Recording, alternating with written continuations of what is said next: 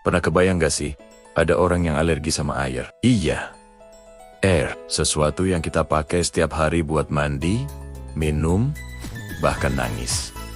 Ternyata, ini bukan fiksi loh. Kondisi ini beneran ada.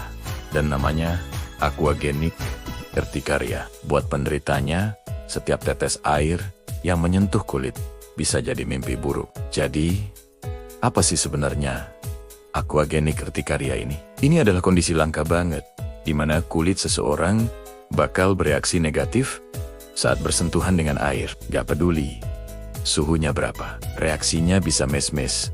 Mulai dari gatal-gatal parah, muncul ruam merah, sampai bental-bental yang rasanya panas dan perih.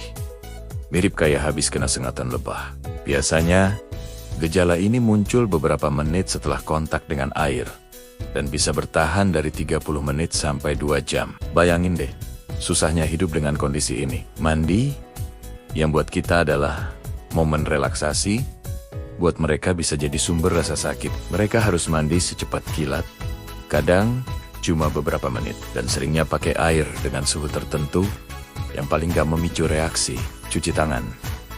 Jadi, tantangan. Kena air hujan, bisa langsung lari, cari tempat berteduh. Bahkan keringat dari tubuh sendiri, atau air mata pun, bisa memicu reaksi alergi ini. Bener-bener gak kebayang ya, penyebab pastinya sampai sekarang masih jadi misteri besar di dunia medis. Ada beberapa teori sih. Salah satu teori bilang, bukan airnya yang jadi masalah, tapi zat-zat yang larut di dalam air yang memicu sel-sel di kulit buat melepaskan histamin, zat kimia yang menyebabkan reaksi alergi. Teori lain menduga ada interaksi antara air dan sebum atau minyak alami di kulit yang menciptakan zat beracun bagi penderitanya. Tapi ini semua masih diteliti lebih lanjut. Karena kelangkaannya, penelitian tentang aquagenic urticaria ini jadi sangat menantang. Terus, gimana cara mereka mengatasinya? Karena belum ada obat yang bisa menyembuhkan total, pengobatannya lebih fokus buat meredakan gejala. Dokter biasanya akan meresepkan antihistamin dosis tinggi buat mengurangi rasa gatal dan ruam.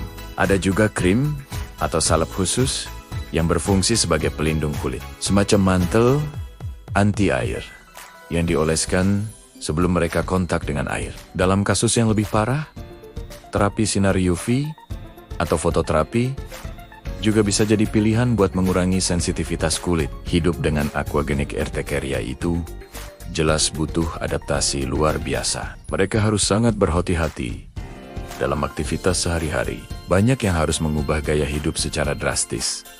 Misalnya menghindari olahraga yang bikin banyak berkeringat, atau selalu sedia payung kemanapun pergi. Dukungan dari keluarga dan teman jadi sangat penting buat kesehatan mental mereka. Kondisi langka seperti ini bisa bikin penderitanya merasa terisolasi dan sendirian. Jadi, lain kali kalau kita lagi nikmatin segarnya mandi atau serunya main hujan, coba deh kita ingat sejenak kalau ada orang-orang di luar sana yang gak bisa merasakan hal yang sama. Kisah mereka ngajarin kita buat lebih bersyukur atas hal-hal sederhana yang sering kita anggap remeh. Ini juga jadi pengingat betapa kompleks dan uniknya tubuh manusia. Semoga informasi ini nambah wawasan baru buat kalian ya. Kalau kamu suka konten kayak gini, jangan lupa buat like, komen, dan subscribe channel ini biar gak ketinggalan video-video menarik lainnya. Terima kasih sudah nonton, sampai jumpa di video berikutnya.